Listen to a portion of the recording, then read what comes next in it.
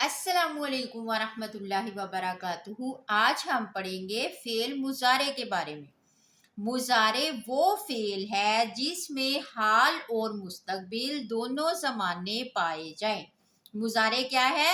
مضارع وہ فعل ہے جس میں حال اور مستقبل دونوں زمانے پائے جائیں، جس میں کسی کام کے زمانہ حال یا زمانہ مستقبل میں ہونے کی خبر دی جا رہی ہو۔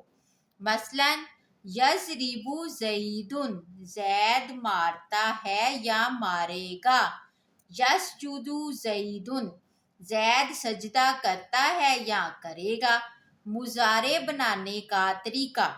مضارع بنانے کا طریقہ یہ ہے کہ ماضی کے صیغہ واحد مذکر غائب کو لے کر اس سے پہلے علامت مضارع میں سے کوئی ایک الف تا یا نون لگا دو۔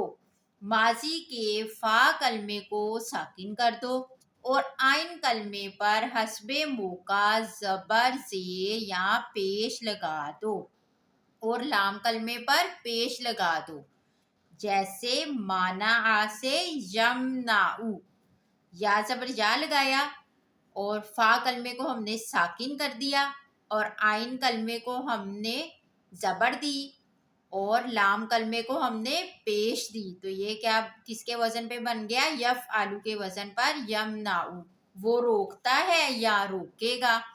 ضربہ سے یضرب، وہ مارتا ہے یا مارے گا۔ فعل مضارع کی علامت یہ 4 حروف ہیں: یا زبر، تا زبر، حمزہ زبر اور نون زبر۔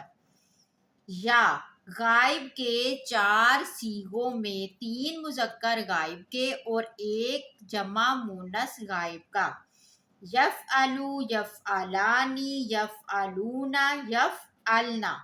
تا 8 صیغوں میں 2 مؤنث غائب کے اور 6 حاضر کے: تفعل، تفعلان، تفعل، تفعلان، تفعلون، تفعلین، تفعلان۔